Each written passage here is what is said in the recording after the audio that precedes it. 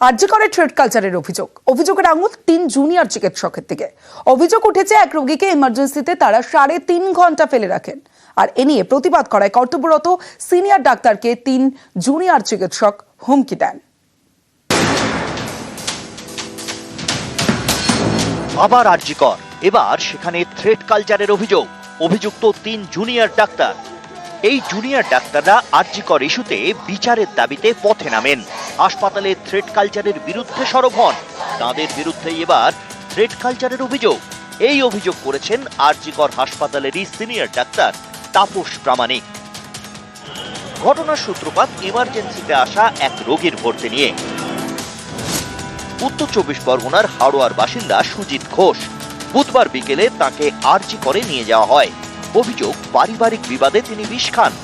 বুধবার বিকেল 4টে তাকে আরজি করে নিয়ে যাওয়া হয় বলে দাবি। অভিযোগ, 7:30 পর্যন্ত কোনো চিকিৎসা করা হয়নি। পরিবারের দাবি, নিয়মের অজুহাত দেখিয়ে জুনিয়র ডাক্তাররা রোগীকে এমার্জেন্সিতে ফেলে রাখেন।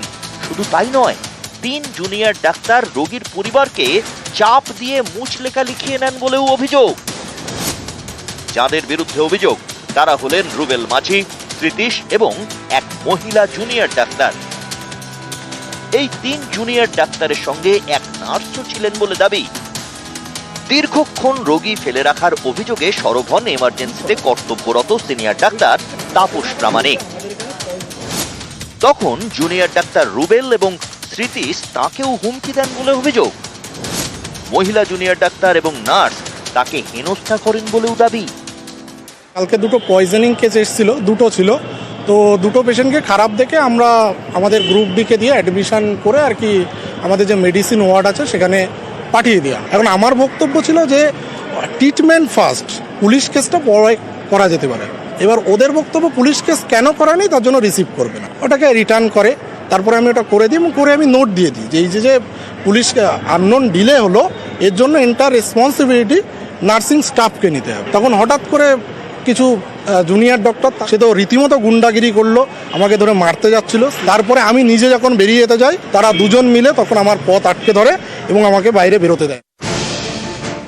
এ নিয়ে আরজি কর কর্তৃপক্ষের কাছে নালিশ জানিয়েছেন সিনিয়র চিকিৎসক তাপস প্রামাণিক। এছাড়া আরজি করে পুলিশের আউটপোস্ট এবং হাসপাতালে মোতায়েন সিআইএসএফ এর কাছেও অভিযোগ জানিয়েছেন তিনি। আরজি কর কর্তৃপক্ষের বক্তব্য, অভিযোগ খতিয়ে দেখা হচ্ছে, দুপক্ষেরই বক্তব্য শোনা হবে। রোগীর চিকিৎসায় গাফিলতির কোনো প্রমাণ মেলেনি। অভিজিৎ চন্দ, নিউজ 18 বাংলা।